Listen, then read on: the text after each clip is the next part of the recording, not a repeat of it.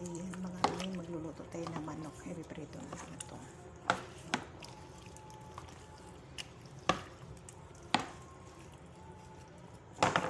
Ilagyan ko nga pala ito ng yogurt.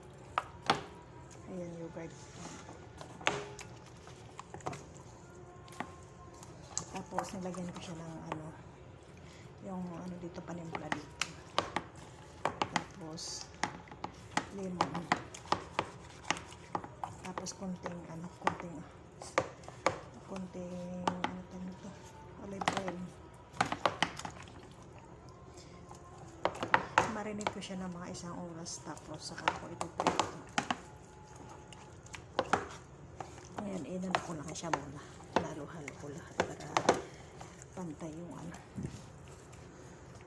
yung mga panahog niya ba, ay yung panlasa niya.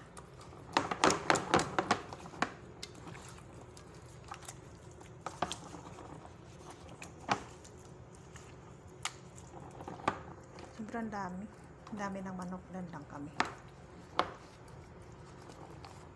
Ganun nila dito magluto. Ayaw nila na mabibitin. Hindi pa rin marami, sobra. Huwag lang yung bitin. Basta sa pagkain, ayaw nila nabibitin. Okay lang maraming tira. Ayan. Pinagkaan ko na rin siya ng lema para wala yung lansa niya ba. Kung meron na sana kaming Sprite nga sana eh. Wala naman.